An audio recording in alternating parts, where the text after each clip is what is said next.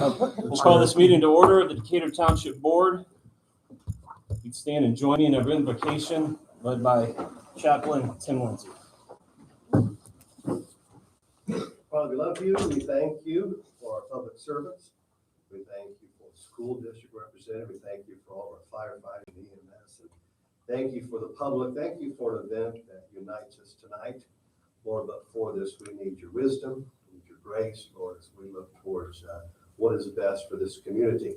I do want to pray for our firefighters and EMS, Lord, as they do their task, Lord, serving our community and our citizens. Lord, bless this evening. May what we do honor and glorify your sons. In his name we pray. Amen. Amen. You join me in the Pledge of Allegiance. Pledge Allegiance to the flag of the United States of America and to the republic for which it stands, one nation, under God, indivisible, with liberty and justice for all. Thank you.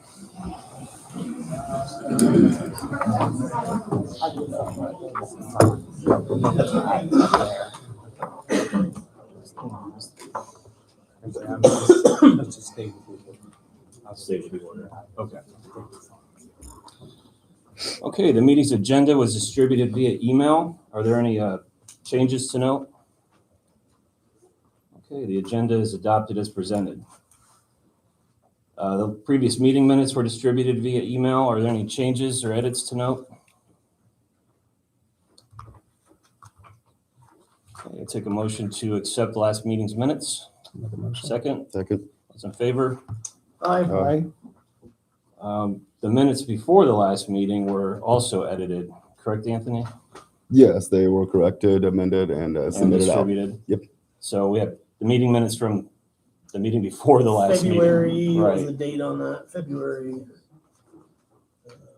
17th. 17th. Thank you, Mr. Trustee. So I would move that we approve the February 17th, excuse me, minutes as presented. All right, all those in favor? Aye. Those are also approved. Decatur Township taxpayer comments. Okay, if I call your name, please, if you don't mind, come to the front. The meeting's on video, so we can hear clearly, and it can be for others that are watching to hear. We have Dale Henson. I pass. Pat Andrews, please. I didn't catch where you wanted folks to stand. Oh, just right here. The camera's right here. Maybe right up here in front would be nice. Thank you. Okay. I'm here as a taxpayer, although I'm on the building committee, and I was also on the committee that went through the fire station and looked at all the conditions and stuff like that. So I have a bit of history with it. I think that the bottom line is that I think we have a moral obligation to protect the people that are out there risking their lives to help us. And it's whether you're EMT or firefighter, I mean, you have to have, it's got to be a calling to do either one of those jobs. And I know at our house, we've had a couple of calls, and they're there to help, and they made a huge difference. And I can't imagine what these folks see on a weekly basis. But they shouldn't be putting their lives at risk unnecessarily. And that is, for me, was the most poignant part about surveying the building, was the fact that everything's been retrofitted to fit into a building that was designed years ago for a different kind of firefighting and EMT response. And so they had to retrofit their detox stuff. So when they come back from fighting a fire and they've got all that chemical residue and crap on them, they've got to get it off. They have to get it off. And that's where, as taxpayers, there's certain times you just have to do stuff, and you have to respect the fact that these folks are human beings, and they are there when we need them. And I think we need to, excuse the metaphor, man up and provide them the type of environment that is healthy, or as healthy as possible for them. So with that, I am firmly behind putting this forward. And again, I think it's a moral obligation for these folks. Thank you. Thank you.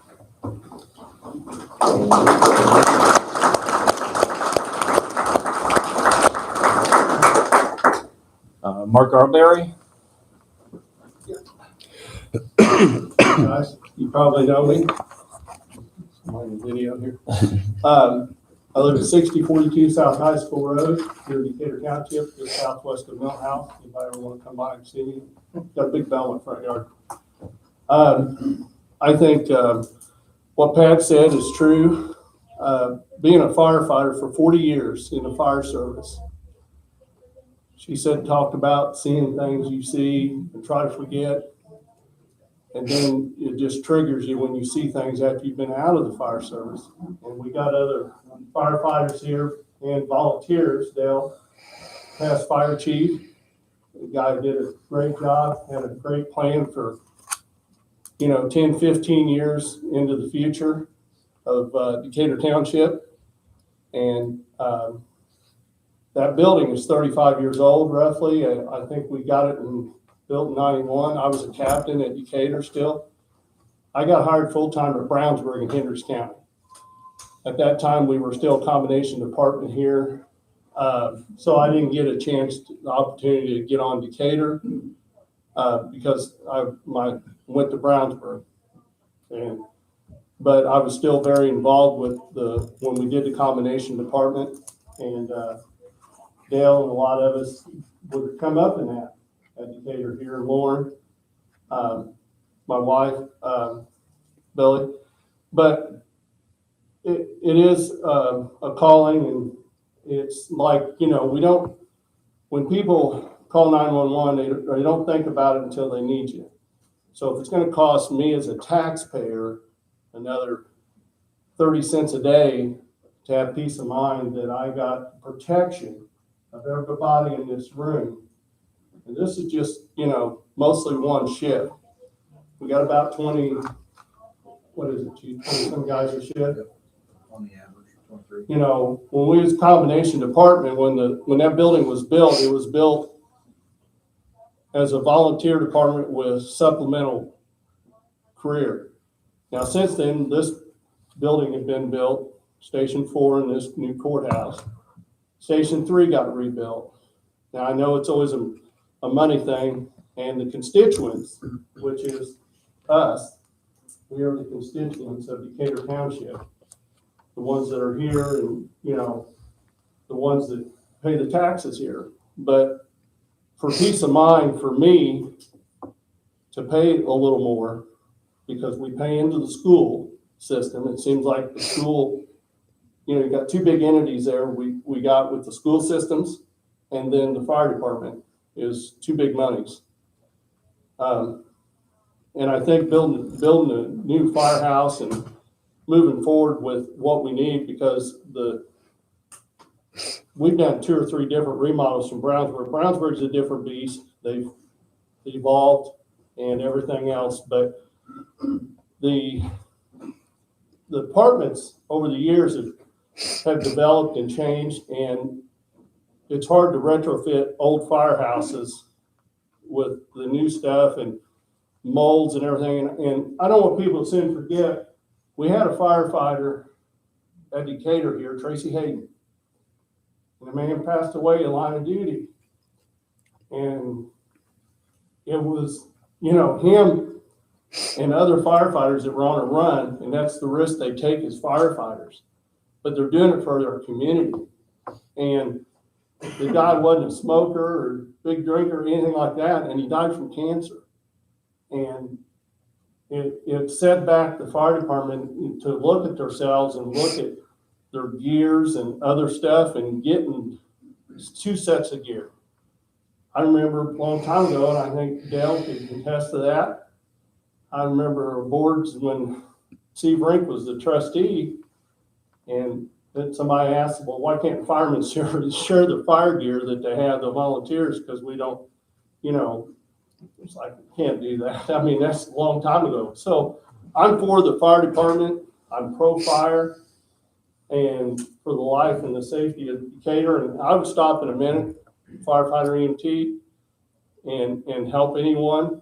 And sometimes it seems like that stuff finds me. I've stopped times until the fire department's got there, seeing accidents. But we get a thoroughfare of people from Mooresville, Martinsville, the interstate, we're the crossroads of America, which everybody knows, they're talking about 70 and doing a toll road and all this stuff. But, we get hazards with chemical runs to semis that are not marked with stuff and burning on the interstate. We got, accidents and running what's our runs, 8,000? 8,500 last year. 8,500 runs. That's just crazy. I mean, that's a lot of runs. And protecting our township and moving forward, I do support the fire department. And I think this board should support the constituents, which is us, of the community, to look to what we need to do to get this new building built and all the safety and stuff. And I think anybody that ever, I think the fire department, they do ride outs and different things with things. Come and ride a 24-hour shift and see what they go through.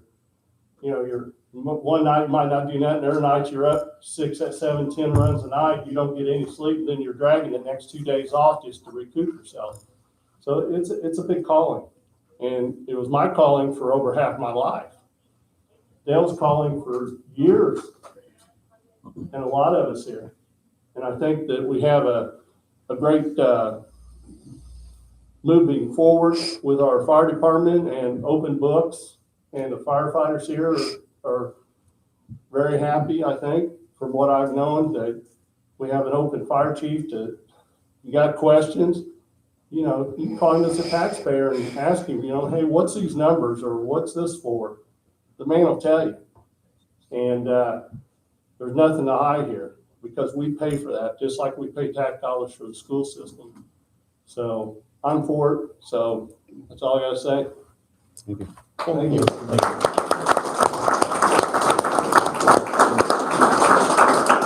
All right, next person, Samantha Hollifield. Sam? I wear a lot of different hats related to the township, and tonight I'm here as a taxpayer. I view this opportunity as an opportunity to invest in our community. I hear often that Decatur Township is looked over for road funding to make our roads safer and our bridges up to code. I hear we want economic development, but we're not getting the right kind of economic development. We want our parks to be improved upon. We don't want warehouses and different things coming into our area. We want those restaurants and those high quality investments. So I think as a community, we need to invest in ourselves so that we signal to the rest of the world that we're worth those high quality investments. So I feel very strongly we should move forward with this proposal. Thank you.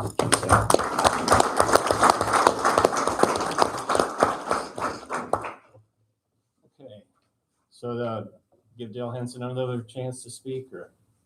Sure.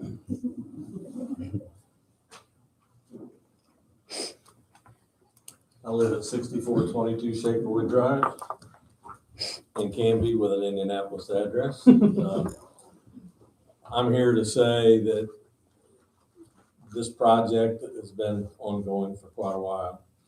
I, along with Pat, in 2022 was asked to sit on a committee to look at the current fire station at 5410 South High School Road. Fire station is 36 years old, built in 1991. Station here, built July. We moved in July 2003, and in August of 2009 at Mooresville and Trotter. And as a taxpayer, I support that. But as a retired fire chief, these men and women that are in uniform here, they deserve this. Because if some of the problems that are in that station were in your home, you would fix them. And we have a serious problem. And tomorrow, I'll be retired 12 years, and those same problems are still here. So I ask the board to please look at this and pass these resolutions to get this project moving. Thank you. Thank you.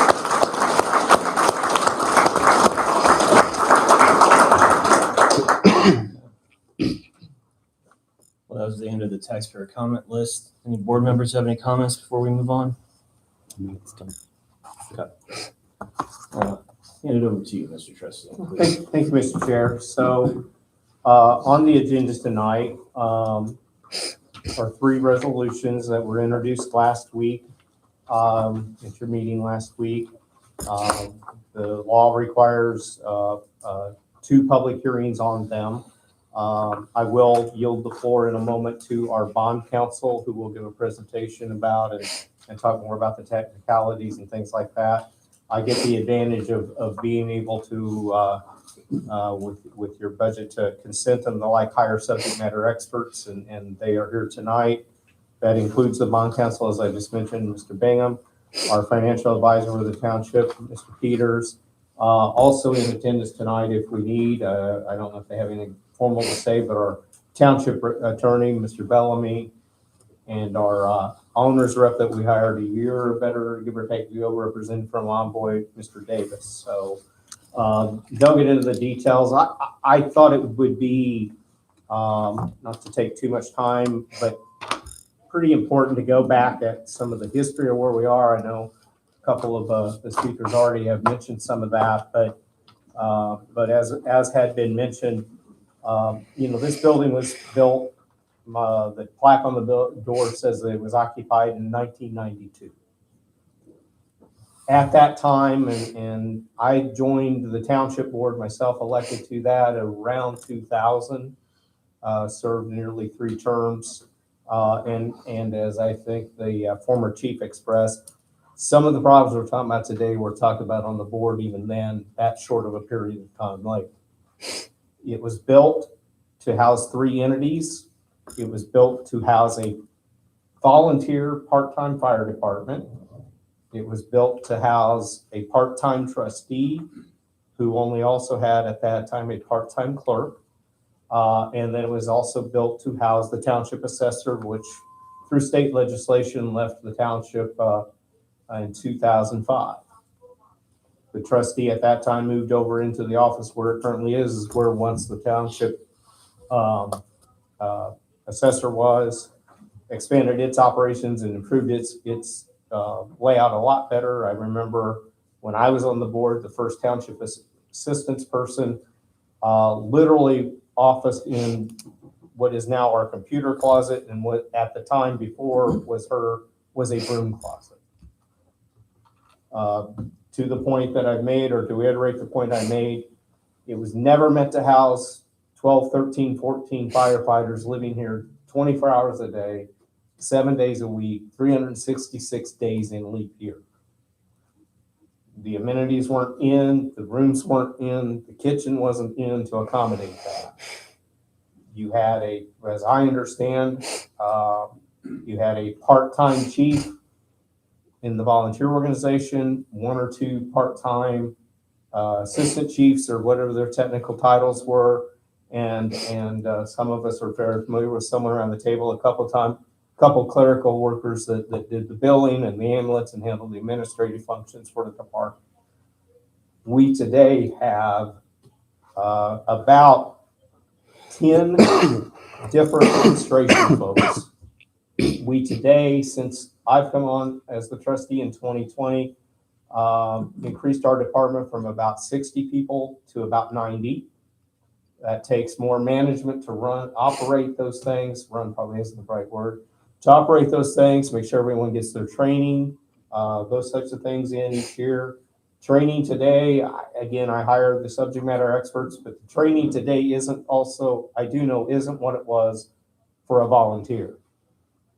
I heard my previous trustee say when he was a volunteer, they showed him how to start the truck and told him to hop on the back. These guys go through hours and hours and hours of training each year, frankly, and part of what I've expressed to the staff, and they'll attest they do it, and if they want to blame me for it, I've challenged them to train every day in something. So they're doing a lot more work, they're doing a lot more time, they're spending a lot more time at this station than ever was designed to have done. We have people living in both their offices are also their living quarters. We have an battalion chief and an EMS duty chief that applies to. We have other staff that are doubling up in offices, senior staff doubling up with our IT person. The former chief mentioned the continuing long saga of problems with HVAC, with plumbing, with mold, those types of things that just need to be addressed. We have, taken a ballpark figure. We've looked at what would it take to gut and rehab the building. And we're conservative at that, about $12 million. That's not including demands that would bring us up to today's codes, that when you get into that type of work would also land on the table. That's not bringing us into a fact that if we tried to still, better presence our community room and things like that, that's on the second floor, the installation of $1 million+ elevator, let alone the annual upkeep and fear that if it goes down and we face ADA discompliant. We have visitors that with the flow of the office, again, as I mentioned earlier, was just not built to handle the entities today. It was 3 different entities and I dare say, from what I've heard, not to put a former chief on the spot, but those 3 entities didn't really want anything to do with each other. So when the building was designed, it was designed specifically for bad flow and to not accommodate or associate with each other. We literally have people show up for tours of the building that we have to transfer them around outside to other parts of the building. That's just blatantly unprofessional in this day and age, and it is absolutely disrespectful on our part to submit our taxpayers to that. With the offices separated, I'm going to get into some details for the obvious reasons, but if you want off board, I will talk to you. There are certainly customer service issues, as I just mentioned. There are also security concerns. I can talk to you, like I say, about them a little bit more. I don't want to publicly explain security concerns in this format. If we combine the trustee's office, we combine the admin offices together, I think we can better address those customer service concerns. I think we can better address those security concerns. We're meeting tonight because we thought there'd be a large turnout for this meeting. This meeting room itself, or the courtroom, seats 95 people. Your boardroom has a 22 seating capacity per fire code. This room is full. That room would have been 3 to 4 times full. You've seen meetings in the past where we've literally had people standing out in the operation office, out in the hall, and even out the door. We're doing a poor service to the people of Decatur Township. We have the firefighting training room right across the street from the living quarters of the firefighters and EMTs that are housed at that station. Brotherhood goes so far, it still doesn't mean that someone won't be tempted to walk over to those quarters and steal something. We're doing a disservice to our staff. In 2022, I did enlist, as one of the speakers previously mentioned, Dr. Andrews, a committee, I call it, of the community that represented a couple people from the community on the civic council, a school board member / former fire chief, and a former township board member. All of them were unanimous that this had to be done. And when we presented the process to them with the bot and the bonding and things like that, and I'm not here to overspeak or speak here, if they want to correct me, please do, but they were unanimous in those processes being done as well. I thank them for it. Those folks were Neil Mack on the board, again, Del Henson, Pat Andrews, Chip Pearson. While I'm at it, I do want to thank the the building corporation that we just appointed and started. Members of that are Pat Andrews, Kim Ullman, and Sam Hollifield. I would call one of those members back to, as I referenced, that community meeting, and it wasn't the chief, obviously, who was appalled, shocked that we were so out of date compliance with code for firefighting today. I think it's time for us to present to our staff. I think we have not only a moral but legal obligation to provide a healthy, safe, and efficient facility in which township employees can work, and for about 1/3 of them, as that's assigned to this station, live every third day that also better meets the needs of our entire community. I would offer to answer any questions of the board or the public, if that's up to you, all right with you, Mr. Chair. But obviously if not, I'll at this point turn it over to Mr. Bigham, Mr. Peters, and they can present to you the details and facts. I ask that we let them go through their presentations. I think there's a lot of very important information they can give, and maybe we'll cover your questions through the process, but I will also challenge them to address any questions you have when they're done. Thank you. Do any board members have comments before we move on? I think we'll wait. I'll wait till they're done. I'd like to say one thing. I think, speaking personally, and I can't speak for the rest of the board, I think we understand that we need a new fire station. Something needs to be done. I don't need to be convinced of that. I think where we're at, without getting too far into the weeds, is we were curious about designs, how much things would cost. We were curious about how we pay for it. And that's kind of where we are, or that's where I am. So I totally understand the need. I think we all do. We're just curious how we pay for it, because that's what we're here for. We represent the taxpayer, and we represent the purse of the township. So I appreciate your comments, Mr. Trustee, but as far as, knowing what we need, I think we're all in consensus on that. Mr. Chairman, may I speak? Yeah, please. To a lot of you guys, you think that we're not in favor of it. We are. And a little bit of history about myself. 1947, my grandpa started the first volunteer fire department. Actually, he presented the paperwork and put the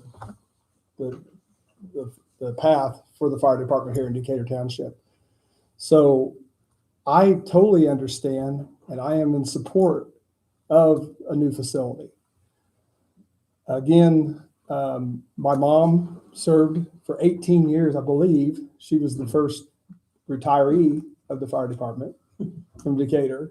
So I just want you guys to understand that I totally understand. I mean, I'm totally in support for, and I see what needs to be done. I 200% see it. Yes, it's embarrassing.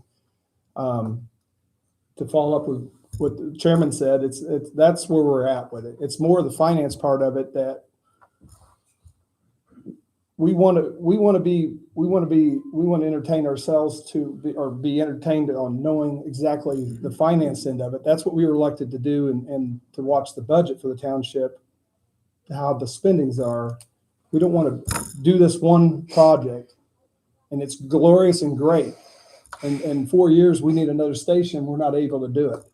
And those are the concerns that we see. We want you guys to grow. We understand that. I've made several comments on different things that, and Chief, you've told me, it takes more staff. It takes more of this. I'm like, okay. I mean, I'm throwing out those ideas. It's not that we're against anything. And definitely this building needs to be built. We believe that. It's strictly a financial thing that we just want to understand it. And we want to see what the money's, how it's being spent to do that.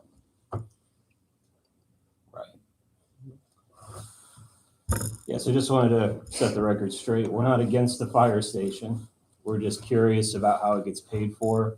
And we're just wanting to see what all our options were.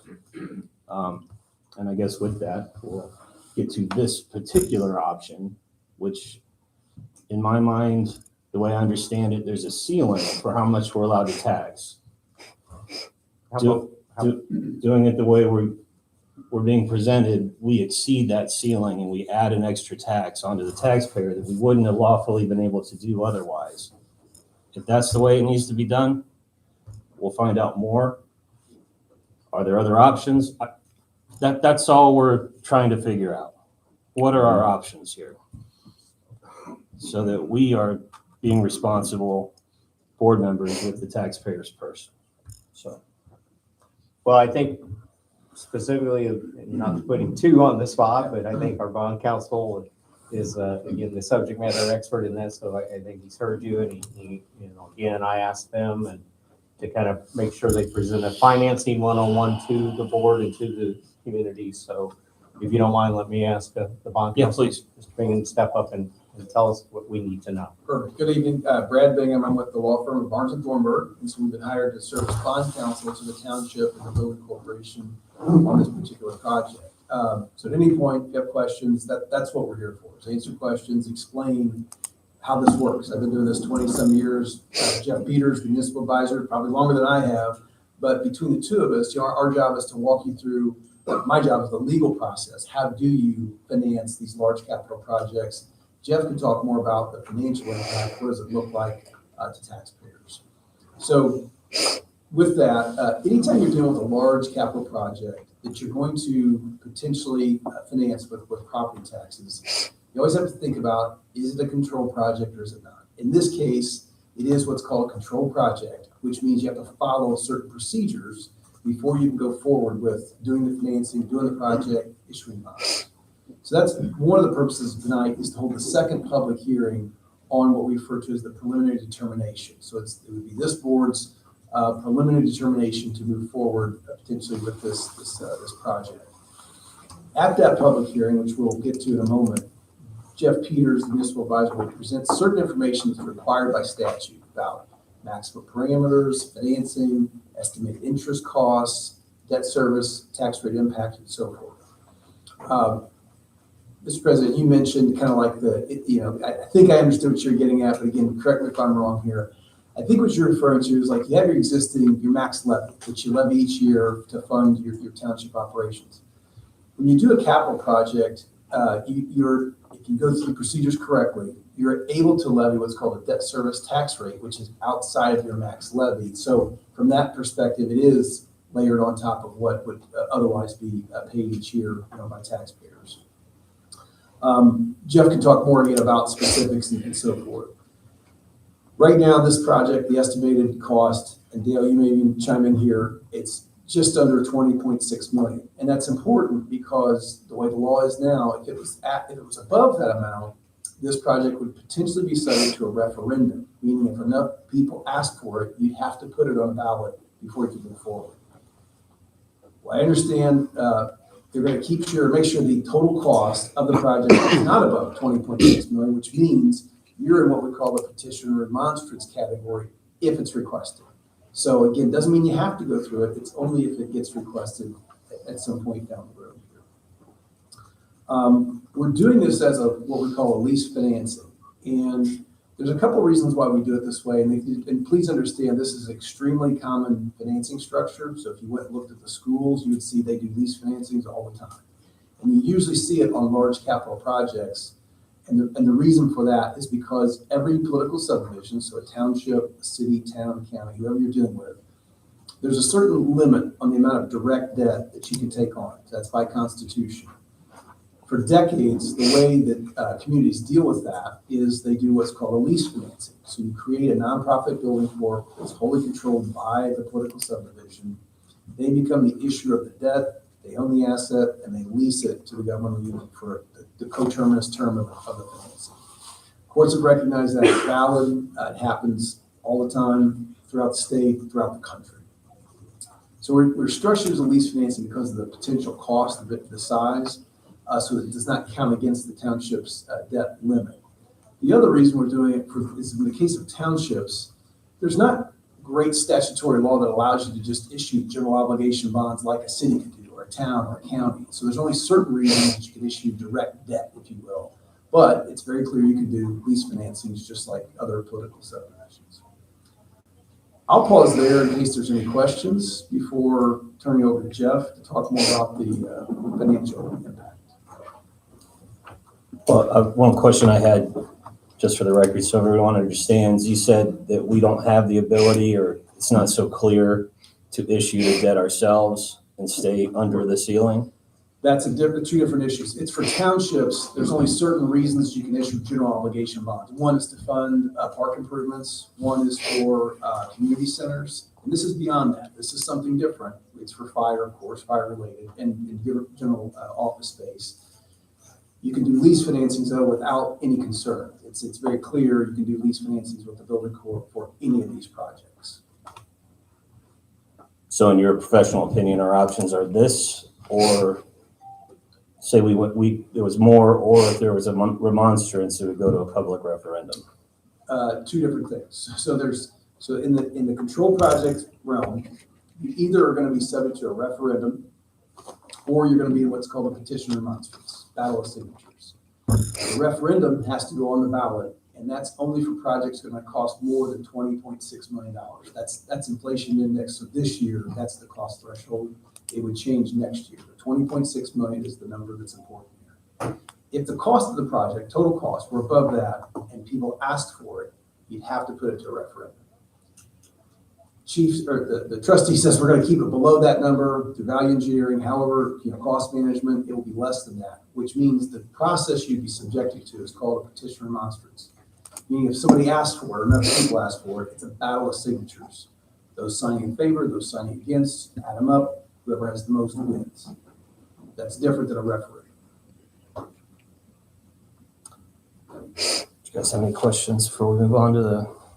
My only question is for Mr. Peterson. Okay. So we good? Good. All right. Thank you, sir. Appreciate it. Hello, all. Appreciate the opportunity to be here tonight. Talking about finance, and the trustee wanted me to kind of touch on some finance 101, and more specifically, kind of where you're at in the situation of why this is the best solution for you. So one of the things we always look at from a finance perspective for unit of government is, are you going to have the ability to provide service in perpetuity? That includes equipment, facilities, etc. You need to be able to do all those things. Up until the 25 legislative session, you had a very stable tax base, a stable income tax base. You knew what your revenues were going to be. You had been putting money aside. You're in great fiscal health. Now, in 2025, the legislature says, okay, we're going to put in some new property tax relief for taxpayers, which is going to come out of your pocket.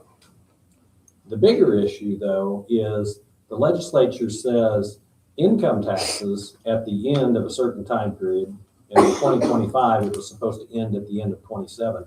All the income taxes, as they are levied and allocated and distributed back to the local units of government, all goes away. And the county then decides which income taxes they are going to reinstate. And then there was a formula that you may or may not have been able to share in that based on, one, if the county set any rate for fire and EMS, and two, if they said townships could share it. So that is a real problem, because the amount of revenue you have every year in income tax, if that was to go away, you could not continue to operate for a very long period of time. That being said, the strategy for that is to retain as much cash as you can, so that if the time comes and you are not treated fairly in that income tax distribution formula, you will have enough cash on hand to continue to operate until you transition into something else, or until you can get back to the legislature and say, see, we told you they wouldn't give us, what we were getting before.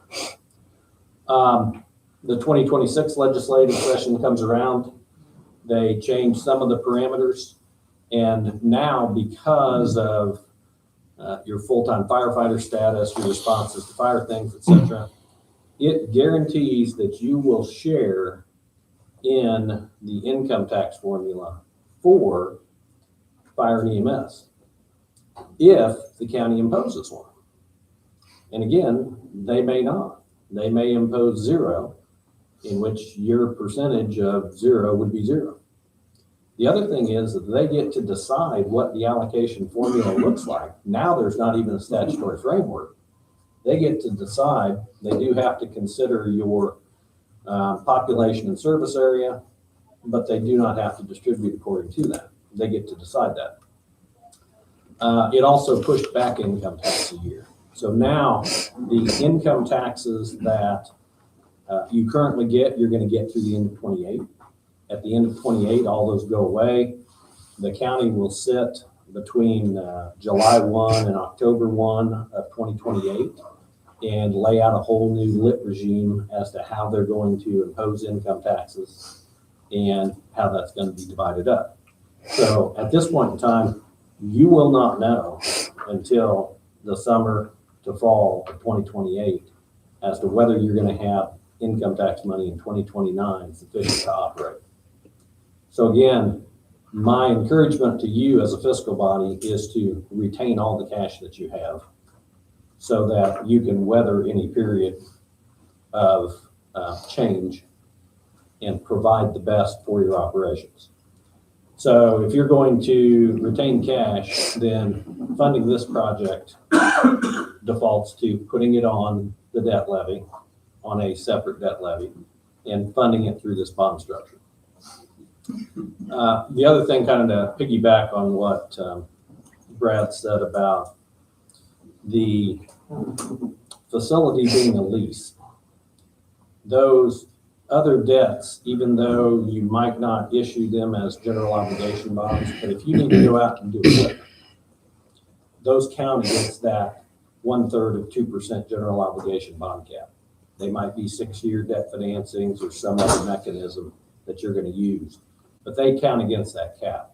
So if you do this financing as a lease rental, you maintain all of this other cap so that you will have sufficient ability to go out and get the equipment that you need in order to staff those or fill those facilities and provide the services.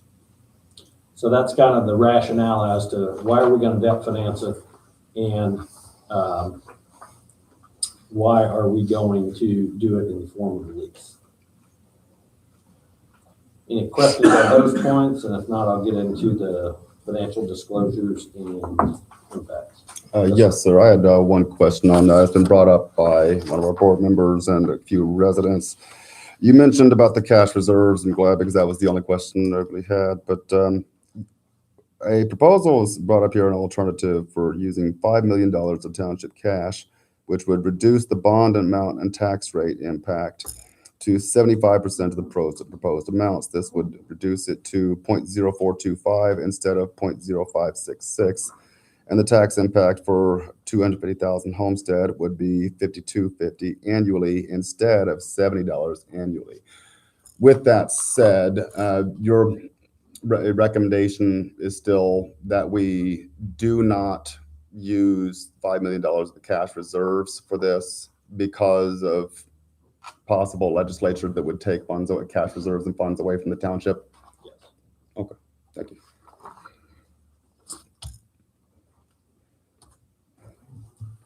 So first I'll kind of summarize what the impacts is that we laid out. Last time we talked about this, the cost of the project at $20,600,000. We are anticipating the bond amount to be no more than $20,350,000. The difference between those numbers is $250,000, which we expect will be interest earnings for that construction period. When you do the bond issue, after it gets sold, when we close it, there will be a bank trustee that holds those funds, and they will invest those funds and they will earn, and then you will pay vendors as they perform their different construction components of the project. We expect that amount to be about $250,000. So that would get you your full $20,600,000 for the project. If we were to do that, again, we're talking about paying it back on a property tax levy above and beyond what your maximum levy is today for 20 years. The annual amount of the levy would be about $1,555,000, which across your current assessed value in 2026 would give you a rate of about 5.66 cents. That would, on a $250,000 homestead, amount to about $70 a year. You would make principal and interest payments beginning in the middle of 27 until the middle of 2046. Mr. Peters, could you repeat that levy amount one more time? levy amount would be estimated at $1,555,000 a year. Thank you. And the lease payments would be about $1,650,000. The difference between those two is every time you levy $1 of property tax, it draws piggyback taxes. So the vehicle excise tax, the commercial vehicle excise tax, financial institutions tax. You know, when you go to the BMV and you pay your money, they verify where it is that you live so that the money that you pay for that comes back to the taxing district that you live in. And the taxing district is that geography that gets the same services from the same group of people and has the same tax rate.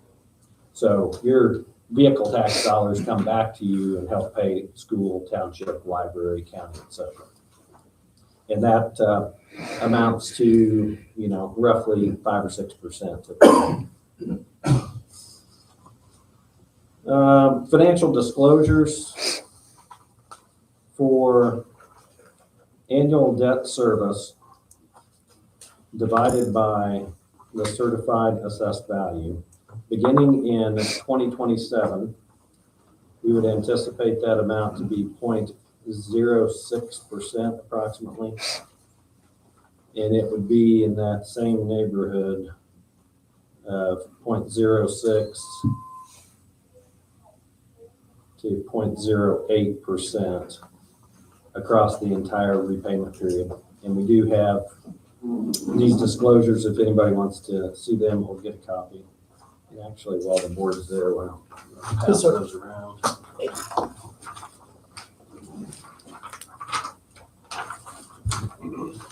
Are these all separate copies or? Yeah, all these are just one? single copies, Got it. and apologize that there's a little, but get it all on one page, sometimes it takes one. But these are, again, as Brad talked about, there are certain steps that you have to go through based on whether you're in a petition or monstrance or referendum type financing. And these are the disclosures required to be made for the petition or monstrance part. So, 1, 2, 3, 4th highlighted section down, maximum principal amount of bonds and lease rental. So is that difference there that basically $12 million, that's the interest that we would be paying? So the 4th highlighted one down, maximum principal amount of bonds and lease rental. The bonds are the $20,350,000. The bonds are going to be $20,350,000. The lease is going to be $32,166,500. And the difference there would be the interest across that 20-year time period. They're in the lease, it rounds up a little bit above principal and interest. Yeah. So it goes in the line down, corporation, yeah. and then that money is there for any expenses, legal. You might have to do a calculation for arbitrage compliance, and arbitrage is, you know, if you borrow money tax exempt at a certain rate, and then you earn a certain amount of money, if it is above and beyond certain thresholds, then potentially you have to refund that amount back to the federal government. Why the federal government would get it is anybody's guess, but if you have to go through that, those calculations and some of those expenses would go through the building court, and that's part of the lease payment. So the real project cost is $32 million. The total repayment cost, financing, interest, all would be, yes, about $32 million. So how does that not then fall under, maybe this goes back to Brad and Mr. Bingham, sorry, of how this is then not a controlled project? We bond one amount, we get, I don't know if these are great interest rates or not, but the taxpayers are on the hook for much more than what a controlled project is. So this is a control project, either way, Yes. no matter how you slice it, okay, because of the cost. And I would say that's the same answer. If Dale were to tell me it's the cost is going to be $20.5 million, and the decision is made to use $5 million cash on hand, still a control project. Yeah. It's the total cost of the project today, not future interest. But Jim, it's a practical matter, you're right. But for legal purposes, it's the project cost today that you have to measure. Are we in petition remonstrance category or referendum. So we don't take into account the interest cost on the debt for purposes of figuring out which category it is. What was, what's the cap or the ceiling, I guess, for it to automatically trigger a referendum? Well, so this calendar year, there's two ways now. I know it's like 1% of Yeah. the assessed valuation, if it's over $1 million, So or, in general, and again, because you're in the general rule here, Yes. there's certain smaller political subdivisions you have to get into more detail. Okay, here, this calendar year, the total cost of the project is above. I'm just going to round off 20.6 million. If you asked me last year, it's slightly less. Right. It changes a little bit each year. SEA 1 added another trigger, which is you look at your existing debt service tax rate and levy tax rate. And for a township, it's 5 cents. Okay, so right now, it's zero. You have zero. So we don't have to worry about that trigger. Now, after this project, if you said, hey, next year or 2 years from now, you're going to do another capital project, now, if the rate at that time is above 5 cents, it's automatically it's a control project and automatically subject to referendum. so if we were at 20,600,001, automatically go to referendum. The current law, no. The current law, it's subject to it. So if people ask for it and there's enough, then it has to go on the ballot. The tax rate trigger isn't automatic. In other words, if you're at or above that tax rate and you say we're moving forward, there's no request. It is automatically, you got to take it to the ballot. I know there's all these ifs. Yeah, no, I appreciate It's that. just the way the No, law. thank you. So I've got to jump on one of the things that Mr. Bond said, interest rates. The interest rates for all these numbers that we calculated for you is at 4.75%. I think if we went to market today, you'd probably be more at 4.5%. Maybe better or worse by the time we get to bond sale, which will be, I think, probably late July, beginning of August. In the authorizing documents, you're authorizing up to a 6.5% interest rate. And part of that is some of these bonds, like today, if we were to go to market, even though I would expect an interest rate of about 4.5%, they would probably be couponed at 5% because that's what the market wants to purchase today. People want tax exempt debt at 5% at these future periods, and they will pay you a premium today. So whatever they pay you in a premium, we deduct from that net bond amount of $20,350,000. So if we got $350,000 of bond premium up front, then we would only issue $20 million of bonds. And the $350 in premium and the $250 in anticipated interest earnings, and that would cover your entire project. So back to the disclosures. First disclosure again was the lease payments divided by the current assessed value, which is approximately 0.6%, 0.06%, sorry. Second one is the long-term debt outstanding plus overlapping debt. So as you know, when you lie in that taxing district where you live and you receive those services from all those other different government entities, you pay a proportion of their debt, school debt, county debt, library debt, etc. If we look at currently in that first column, you as a township have zero outstanding debt, but your overlapping debt is a little over 81 million. And that percentage of the assessed value is 2.9525%. If you issue $20,350,000 in new debt with that 81 million, the overlapping debt will be about 101 million. And that amount divided by the assessed value is approximately 3.6935%. Next disclosure down, maximum term of the bonds is 20 years. Maximum principal amount, as we've talked about, is $20,350,000. Maximum amount of the lease is $32,166,500, which is those repayments across that 20-year period, including all the interest.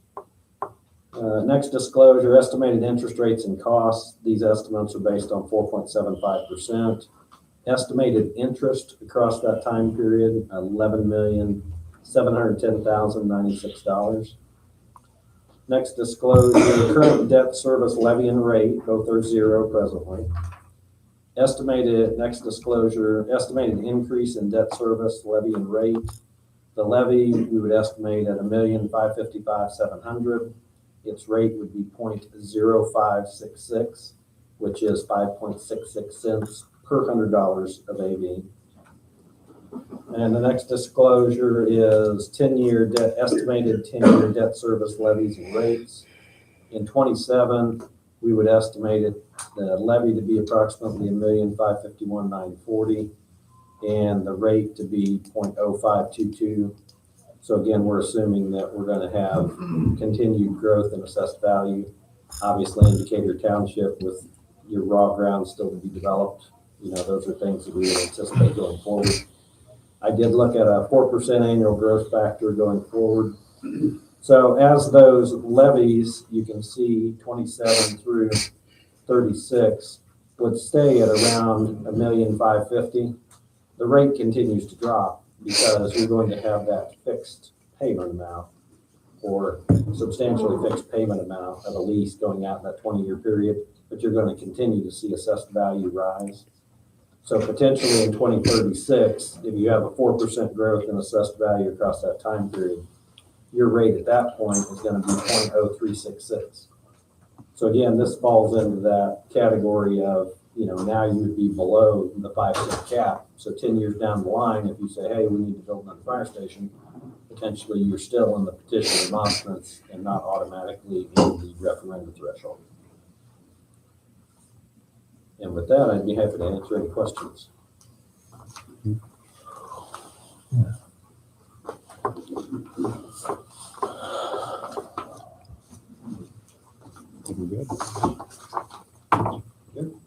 Good. Great. Thank you. Thank you, sir.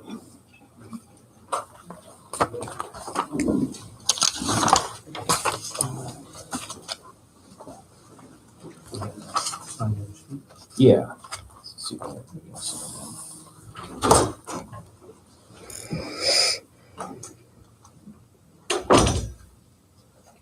So where we're at now, we had taxpayer comments to begin with. Now we're going to move into a public hearing where people can comment on what they've just heard and the money that we're deliberating about bonding.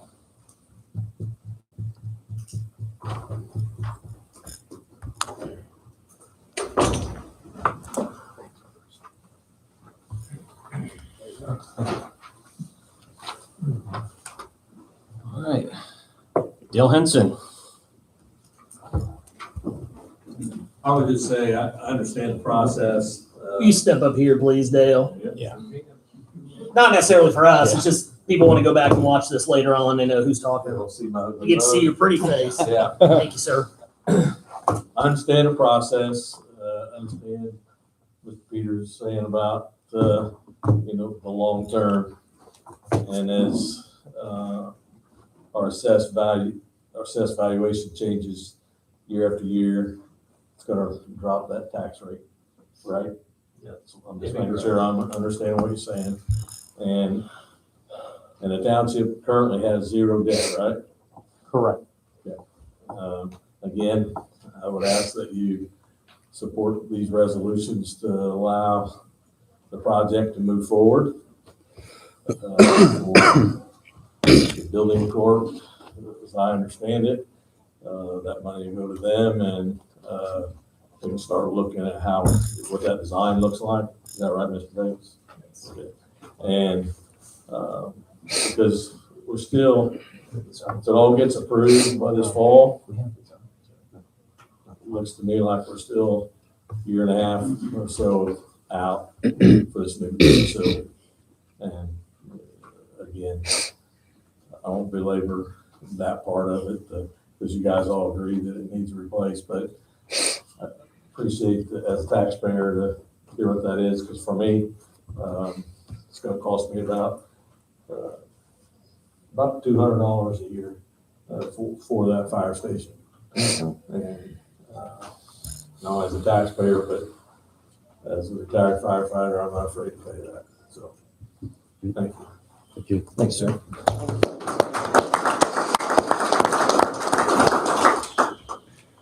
Kelly Key. Can I get that? I'm not a taxpayer in Decatur Township. My name is Kelly Key. I used to be a taxpayer. I started out with the fire department as a volunteer. I moved out of the township a few years ago, but I've been on the department for 26 years now. I'm a battalion chief with the fire department, so I've been here through a lot. So I'm not gonna try to talk you into the project because it sounds like you agree with the project, but you're having issues with the money. So I'm on the building committee, and as being on the building committee and helping out, I've toured tons of fire stations. I've even seen fire stations in other states, Indianapolis, Carmel, all kinds of fire stations. I've toured them, I've looked at them, to try to help us determine what we need and what will work best. Fire departments look to replace their buildings every 50 years. So they have things in those buildings that allow them to last for 50 years. So concrete block walls, brick exteriors, commercial plumbing, commercial HVAC, commercial appliances, commercial kitchens, all of those things that will help, tiles on the walls. So they limit carpet, things that are gonna help that building last for 50 years. I actually printed pictures off for you so you can see. So all the buildings that I have toured, all the fire stations that I've seen have these finishes in them. And that's why their buildings last 50 years. The building that we're in there now has none of that. We have tons of carpet, residential plumbing, residential HVAC. Our exterior is metal and vinyl siding. We have this EIF siding, which looks like styrofoam that you put a piece on, another piece falls off. The gutters fall off because they're residential. None of that stuff was meant or designed to last. Our building is not the size that we need. When the first building we started out in had one bay, a kitchen, and a bathroom, no sleeping quarters. When they built the building we're in now, which they felt like was a monster compared to that one. And now we've outgrown that one. There were 3 employees when they built the building we're in now, 3 firefighters. And now we have 13 that are there every single day, just at that fire station, and then the 10 admin and the trustee's office. So it's not fitting what we need anymore. But the commercial items cost more to begin with. But if we pay the money now and build what we need, then we will be able to make this building last for 50 years. I looked up what we've spent in maintenance in the last year. So in 2025, we spent $4,500 just on repairing our bay doors. And those are the original bay doors. None of those are new. There's a couple of pieces that are new from mishaps, but other than that, the doors are the originals. $9,200 on HVAC. $2,500 on plumbing. We've had to get new toilets, new sinks, and then we still have to replace them because it's all residential. You've got 3 bathrooms for 13 men. That's bad on a chilly night. Not to mention just in general, I mean, you got 13 guys using 3 toilets all day long. I mean, that's a lot of flushing for a residential toilet. So it's just not conducive. It's not working for us. So we've managed to make that building last for 34 years, which I think is excellent. We've limped it along, but it's time to change it. And in order for us to get what we need, we're gonna have to spend the money now. So in the future, we don't have to. We've already spent $47,000 on utilities for that building. The new building will have better quality insulation. The windows will be good. You stand in the women's bunk room and snow comes in the winter through the windows. And the windows in the kitchen, they pop the tiles up because it's so windy, the insulation's terrible. But the new building will be more efficient. So you'll be able to save money in the new building with utilities and repairs and maintenance because all of that stuff will be up to code and it will be the proper fitting stuff for what we need. So it's been working, but we've just outgrown it. So we're being fiscally responsible with what we're picking for our new station with the design team. Like I said, we've toured stations. We're working with a company that has built several fire stations before, so they know what works, they know what we need. And they're filling our needs and not trying to talk us into something that's a monstrosity. Someone suggested the 82s, that big glass thing on Washington Street. We said, we don't need that. That's too fancy for us. We don't need it. We just need something that works for us. So we are being physically responsible. We're not picking anything lavish. It meets what our needs are, plus it will allow for a little bit of growth. We have 13 firefighters and civilians that sleep there now. We want to build the new building to be able to house 14. So 1 extra person, sleeping quarters for future growth. We want another bay just to help with future growth. So we're not going crazy and trying to build something bigger than what we think we need. But if we want to keep high quality firefighters people that are loyal to the department, that want to stay at Decatur, that don't leave and go somewhere else, then we need to build this building. We need to get something nice for them. We're currently living in a mold-riddled building that when they came and looked at the mold, they said, we can't fix that, that's too expensive. So people are leaving and going other places because other departments are offering them nicer facilities, nicer equipment. So we want to keep all these great people that are working here now. We've got to do something. That's all. Thank you.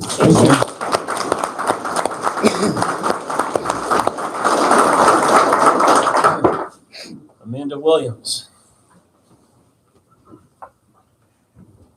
I know most of you, but I'm on the merit commission as well. I do a lot of things in the township. So one of the main things that caught my attention was when I brought my scouts over for a tour.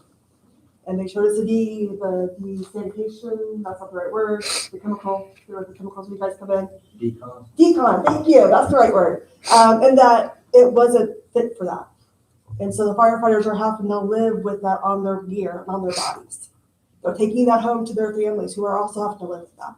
So I get your point, Greg, of expanding, but I think we need to take care of who we have now so that we can expand. Because if we don't take care of who we have now, they're not going to come here to work. So that's all I have to say. I just want to make sure that you guys saw that. Thank you. Thank you.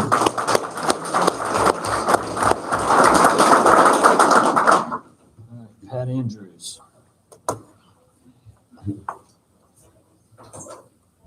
Well, if you guys are convinced that there's need for a new building, then how are you going to do that? If you want to retrofit, what is it, $12 million to retrofit, where's that money going to come from? I'm sorry, I don't remember your name. Jeff pointed out that you have to put that cash away because a rainy day sounds like it's coming. The only alternative is to bond. Well, you guys get mortgages for your house, when you start out. So it's an ordinary thing to do. As a taxpayer, I want to see these folks get taken care of. That station sucks. But it's not right. Would you live with mold? Would you live with, you open the door and you look down and there's standing water constantly? I mean, you guys don't have to decontaminate your suits when you leave a board meeting, but these guys have a right to have adequate decontamination. So like Amanda said, they don't take it home to their families. This is more than just the folks in the room, it's their families too.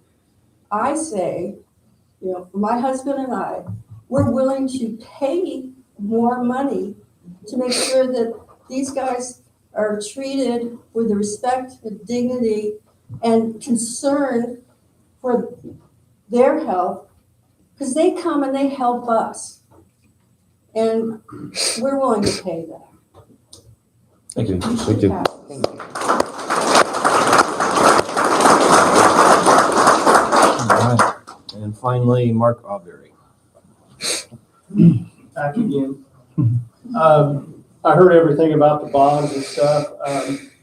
Like I said, when it was volunteer, like Dale said, combination department, I'm willing to pay more, like Pat said.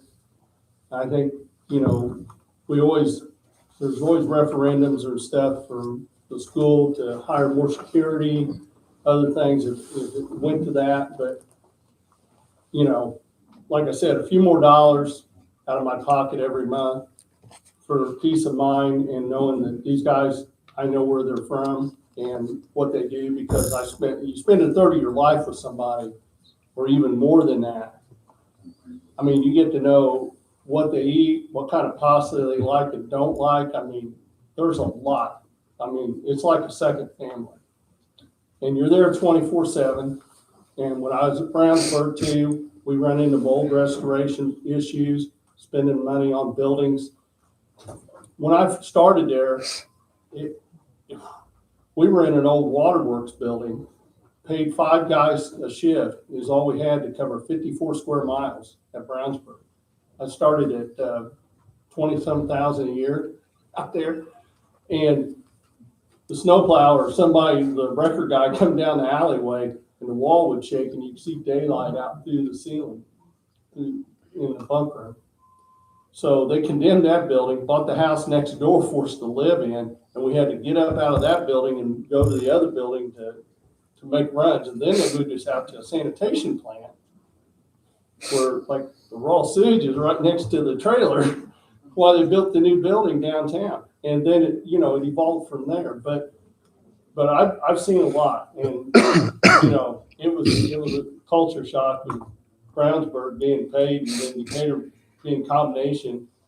But where we're at now and what the run load and what the department does for the township, I'm willing to pay them more money for that. And I think there's a lot of taxpayers that would agree with that. I mean, you don't know until you need them, or you have a loved one or a family member that has an issue or cardiac arrest or something, and you got to have the professionals there to take care of them. These people put their lives on the line every day.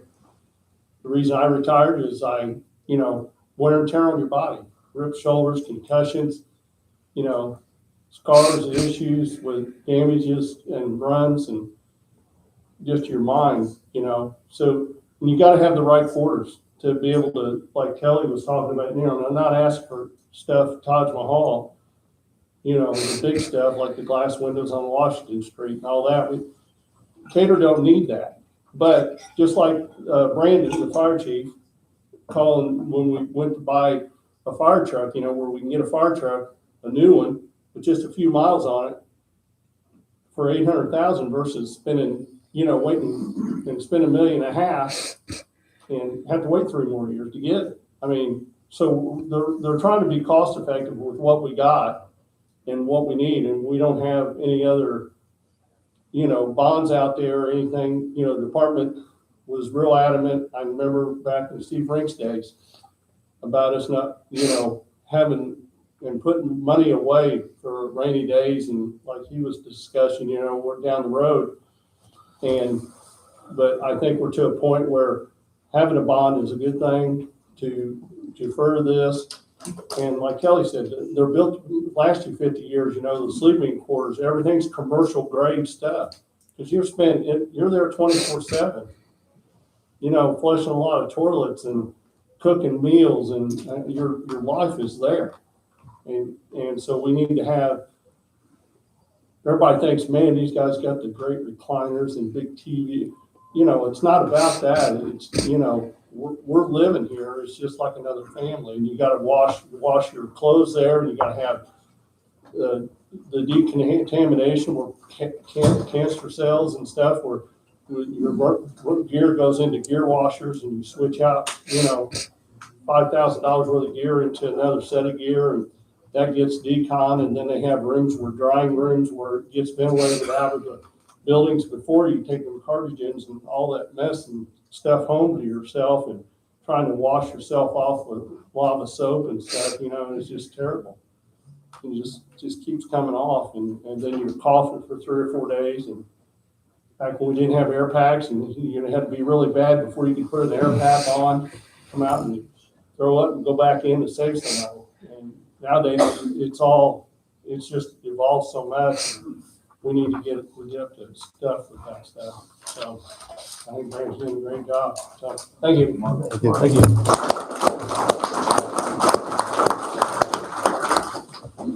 Okay. That was the last commenter signed in. So the public hearing is closed. Any comments for board members? Items to discuss? I'll make one. To everyone, thank you to everyone who's come out here tonight and shown their support for this. It makes this process a lot easier, and I think it shows the support of this community and how linked this community is. Last week, as the board, we had questions. We asked, what is the public position? What is it they would want? And I took that a little step further, and I said, that's a good question. I'm going to ask them. Over 80% of this community has supported this approval, and I think that's something that everyone should be proud of, that you got so much support for. We asked questions, we got answers. I don't know how anyone could not support this. So, in good conscience. So with that said, I'm going to piggyback what some of our other taxpayers and residents have said. I support the firefighters, and I'm willing to pay for it. I support it.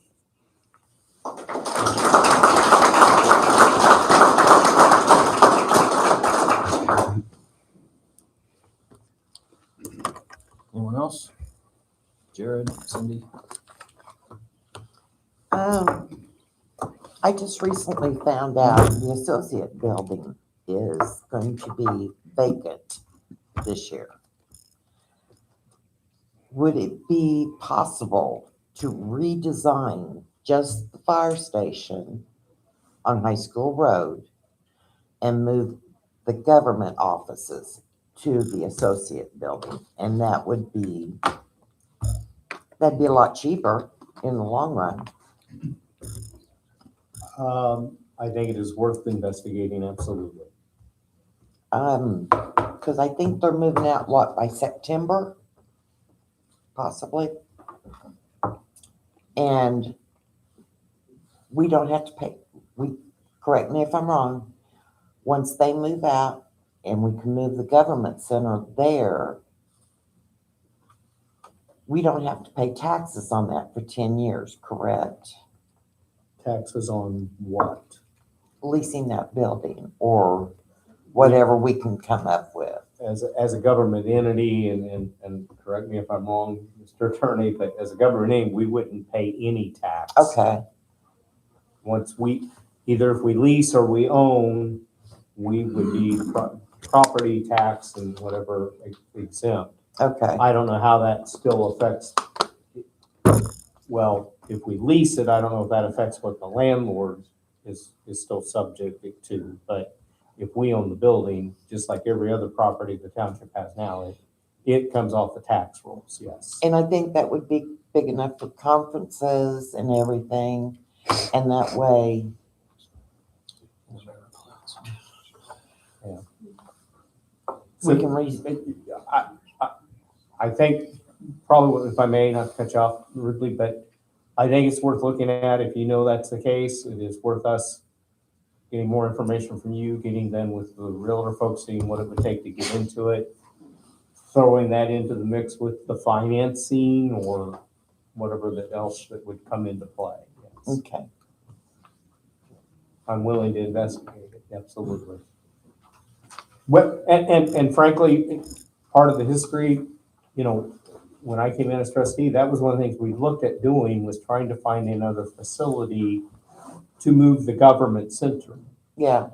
My problem with that is we've never found anything we could buy. It was always a lease. Okay. I don't necessarily, I'll admit, not necessarily presented that to the board for input, because I've been pretty firm. We're in that case, when you lease something, you've got a forever payment. This seems like a long time with 20 years, but at least at some point we're not paying. So I've always been adamantly against the lease.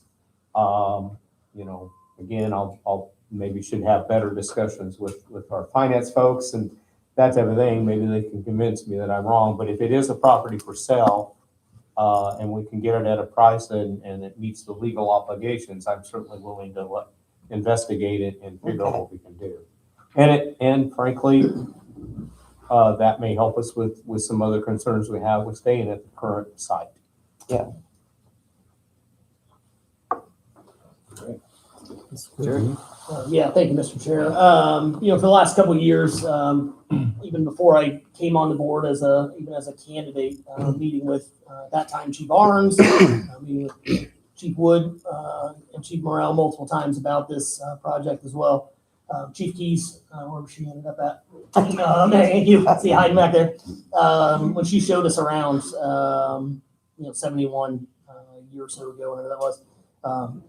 Totally understood those problems. Before that, I don't know that I did understand those problems. And so, I think many of the fellow board members have said, I support this facility, an idea of this, and really giving you guys what you need. But it doesn't mean that I'm comfortable with every part of it. And $20 million 350, which is really not the number, it's $32 million, is what the taxpayers are on the hook of. And that's my concern, is whether or not the taxpayers, yes, we've had this public hearing, yes, we had the one last week as well. But a project of this size and with the tax impact that we're talking about, I don't know that I've seen that, that the taxpayers have said that. And I don't know that silence necessarily means that there's that much support. I mean, over the last few months, we've heard from the public on projects in this township that they want more public input. The data center made national and international news with some folks that are in this room right now about wanting that taxpayer input and that that community need. And that's what our neighbors, what our constituents, what they wanted. And so lots of claims made during that, but what they wanted was transparency in the process. They wanted to be heard. They want to know what's coming. Our neighbors want to know how it affects them and whether they have a say. And that's where this kind of strikes me as in a contrast of that, in that a project that, whether you like the data center or not, is what it is, but was not going to cost anybody was not going to cost the taxpayers any money. And this will directly raise people's taxes. I think we're kind of in this gray area there of, well, we're kind of within the rules here, this controlled project. It is a controlled project. We don't really have to go to referendum, but we could and whatever. And I think that's what I think we need to do. I think it needs to go to referendum. Again, I support it. We've heard from lots of folks tonight that say we're willing to pay the extra price. And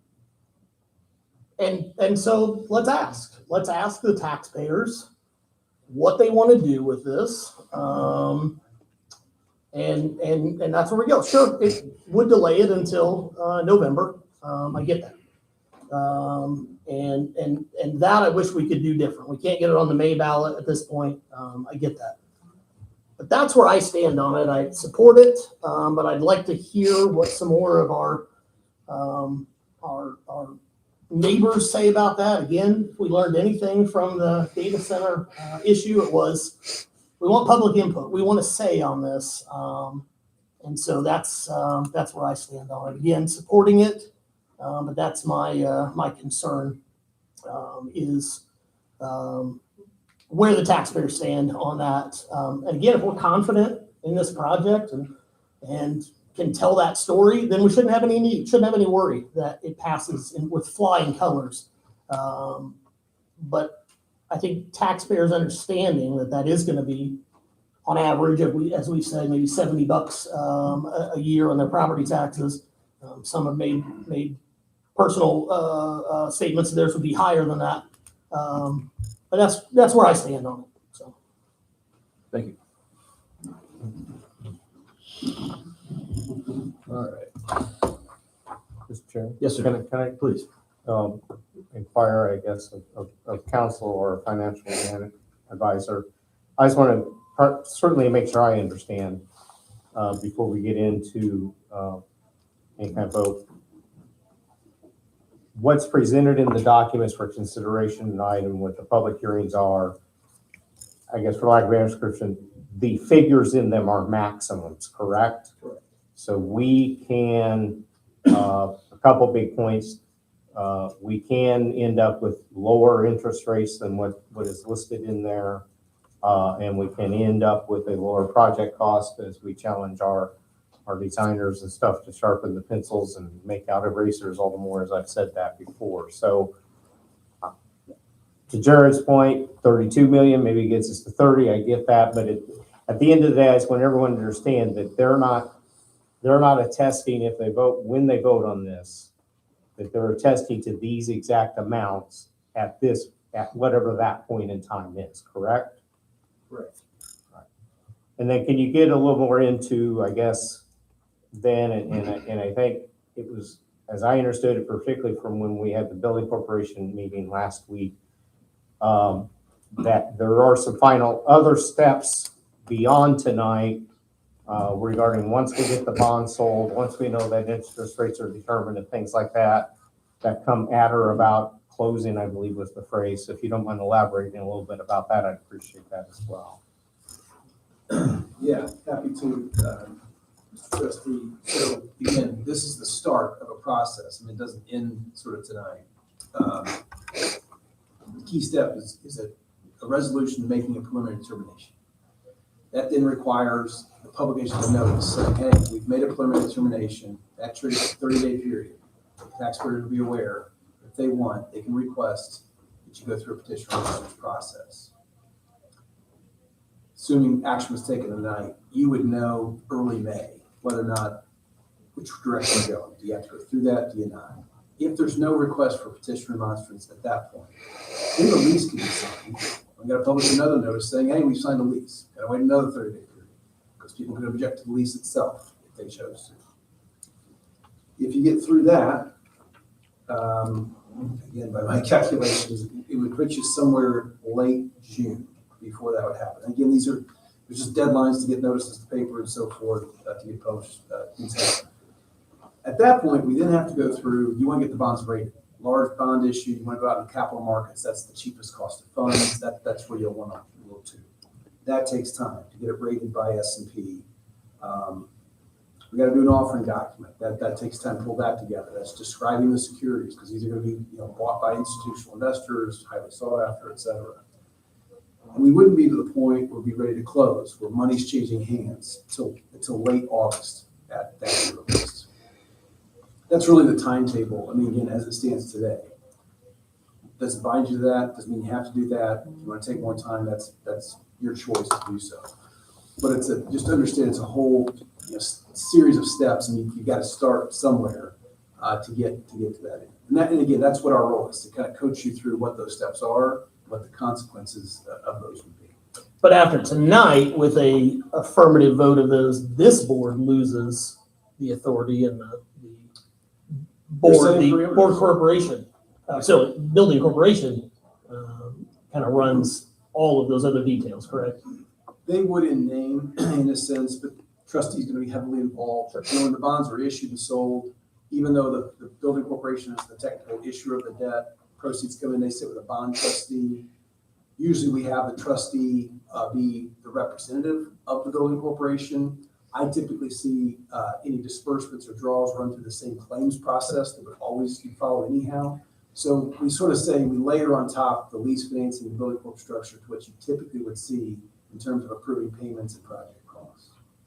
But this board, and I think that's where I'm getting at, this board with an affirmative vote kind of loses our say going forward. This would be the one time we would need your. I'm just saying that's good or bad. I'm just fair saying that out there. Yeah.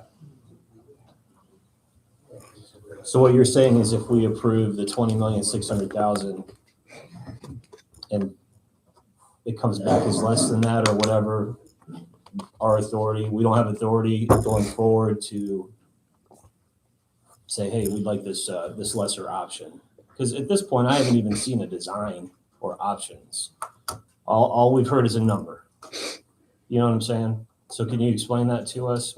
These, again, you're right. These are parameters, and there's nothing that would require the trustee or the building corp to come back for further approvals or further vetting. I mean, that is the way you're reading it correctly. In terms of the sizing, you can't overissue taxes and bonds. In other words, if you know you've got a project that's 18 million, you can't go issue 20 million. I wouldn't give the legal opinion. That's the problem with that approach. But just in terms of the project scope and design, that would be something that the trustee and Gail will be working through moving forward. Dale, maybe correct me if I'm wrong, but as I understand, in the process of the build, operate, transfer, the buy, we have a step where we get, for better description, final price from the developer, which we would have to bring back to the board for approval, correct? So there is. So those online can hear me. So where we're at in the design right now, we're at schematic design, which means we've pretty much gone through programming. We put everybody's wants and wishes on the table. We saw how they could fit into a building and fit on the site. and we end up with a picture. So it'll fit on the site is what we know right now. Now, we started with something much bigger than this. We started out with a building that was approximately $25 million, and that was more than we knew we wanted to spend. So we thought, okay, we have all the nice to haves in the plan. Where do we start paring back? What do we really need to have? So now we've gotten back to what we really need to have. A reasonable amount of growth space, like Chief Key said, an extra bed. A meeting space that will meet your needs, but is not overly huge. So we can actually accommodate all the functions you're looking for without going overboard. But essentially, what we have is a rough site plan at this point. And for the design team to meaningfully move forward, we're in a chicken and egg situation now. They need your approval to know that the financial backing is there for the project so they can move forward. We have a long road ahead of us in terms of going through estimating, going through word schematic design, which is about 25%. We're going to go to design development. That's about 50%. Then we're going to start understanding building systems, finishes, really what this building feels like. Our budgetary estimate right now is square footage based. So there's lots of decisions ahead of us that can help bring that cost down. Depending where we're at with cost then, if we need to have a midway price check as we go through construction documents, we can do that. Typically, we don't have to, but again, it's an option. We'll keep it on the table if we need it. At the end of that, you're going to receive a guaranteed maximum price report from your developer, Garmon. That is going to be based on your construction documents. You'll have construction documents in hand with that. And that as part of, they'll have to be amended into your public-private agreement. At that point, you will know your true project cost based on bids. It won't just be estimates. It'll be truly based on vetted bids with qualified contractors. And that has to be amended into your public-private agreement. So it will come back to us. Because they did previously approve the PPA, correct? Two different I stories. know, there's two different stories there, so. We're talking about two separate. I need to understand it's going to come back to us to vote on a price tag at the end. If I can clarify, my role is on the financing side, how to borrow the funds. When he's talking about BOT, understand that's the procurement method. Okay, every public work, you have to decide, do you do traditional design bid build? Do you do BOT? Do you do design build? Do you do construction manager constructor? There's different options. BOT is what's been selected, so you're exactly right. That final design and guaranteed max price contract will have to be approved by this board. I'm just not involved in that part of the process. I'm involved in how do you pay for whatever it is you decide to go. So while it's confusing, we're both telling you the truth, because in terms of financing, this does put us on the path, but in terms of actually approving the project, you will see the final product. So we will have sold, I'm going to keep you both up here for a second if I could. So we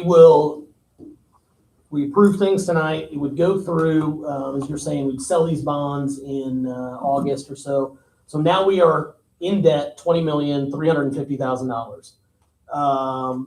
We then get down the road. Real quick. Yep. No bonds are sold until after that's done. Okay, thank you. That was Never okay. sell bonds until you know exactly. He's not selling bonds until Garmon hands him. I'm with you. Thank you. That's why I wanted to make sure, Yes. Loma, we were talking maximums. Yep.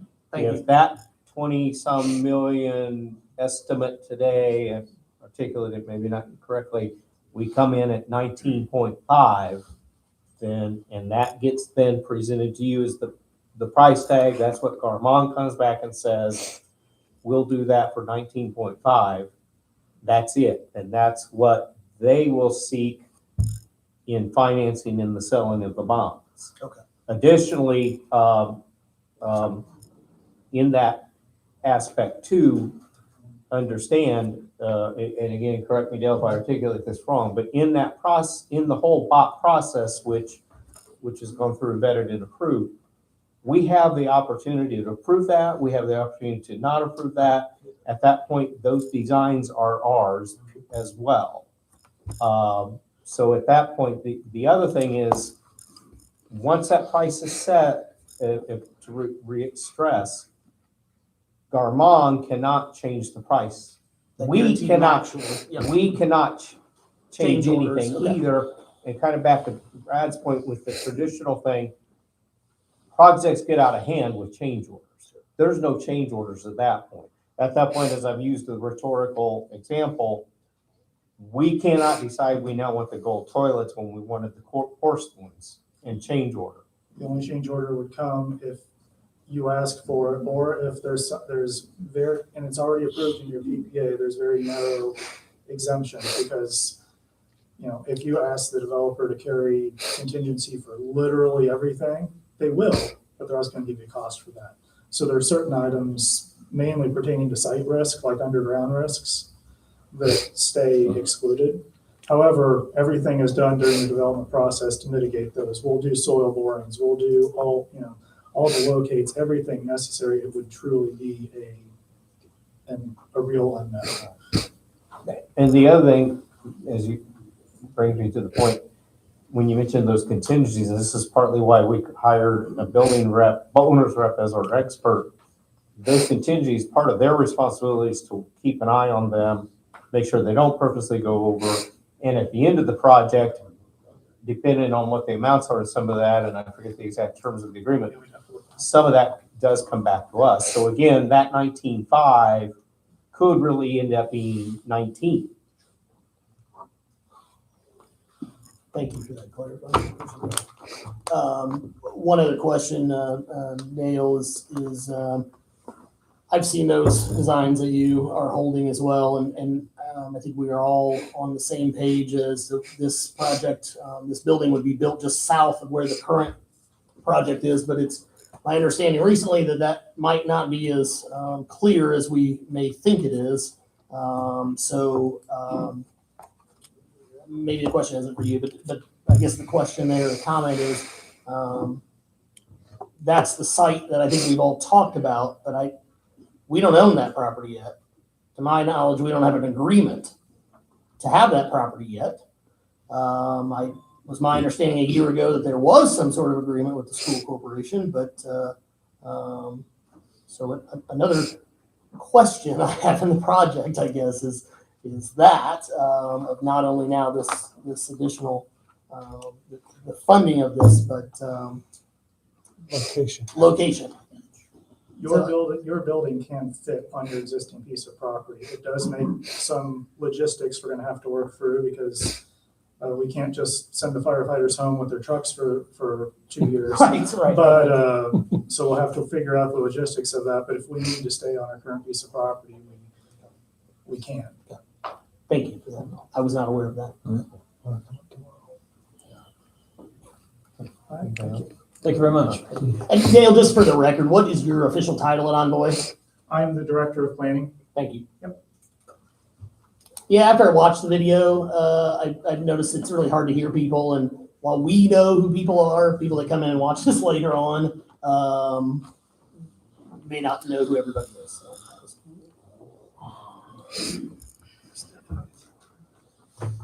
All right. Any other comments or questions? All right. Well, if we move forward on the agenda, we come to the resolutions. There was talk, do we want to table them and get further clarification, understand the power structure of the corporation, understand the next vote that comes to us, maybe options in the design build? Or are we comfortable to move forward saying, well, here's an up to amount? And we can table this till next meeting. It's not a no. It would just be to get further clarification to make sure that we're all comfortable. I guess it would take a motion to approve or a motion to table. I'll motion to approve. I think we should table. We'll make a motion to table. On the motion to approve, is there a second? Hold on. Yeah, point of order, and maybe the attorney can explain. I think you can only address one motion at a time. Correct. Okay. You can't have conflict. not necessarily conflicting, but two motions on the table, correct? Is there a second on the motion to approve?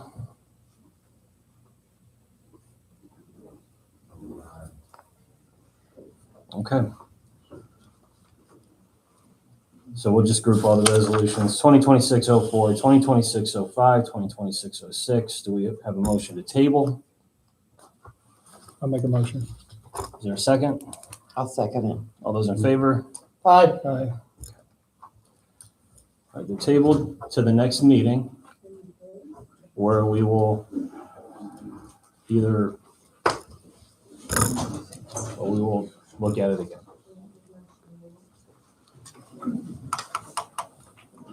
All right, old business, resolution 2026-01, establishing inspection fees. The next meeting, next February, April 17th, I believe.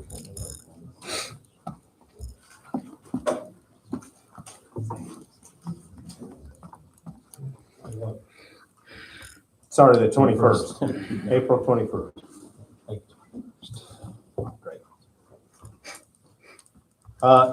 Yes, as I mentioned last week with Resolution 2026-01, the attorney's working with the state's attorney and our division chief in that regard to fine tune the language, make sure it legally is sustainable. So I would just suggest we motion to, I guess, permanently table it until time to bring it back. Okay. All right, any other new business? Any announcements? No, you have the duck. Huh? There's a flat tire. You have a new Ford That's Fusion? me. Oh, that's you. I didn't know it was you. Well, it may be someone else's, but I think it's Another mine. passenger side. Somebody else left. let me That's know. why I just, yeah. There's a flat tire on a Ford Fusion. I think it's mine, but if it's yours, better you than me. All right. Anything else to discuss? Or I don't believe so. this meeting's adjourned. Thank y'all. Myron, if you could stay, please, everybody else is released. Yeah. Don, are we off? Is it off?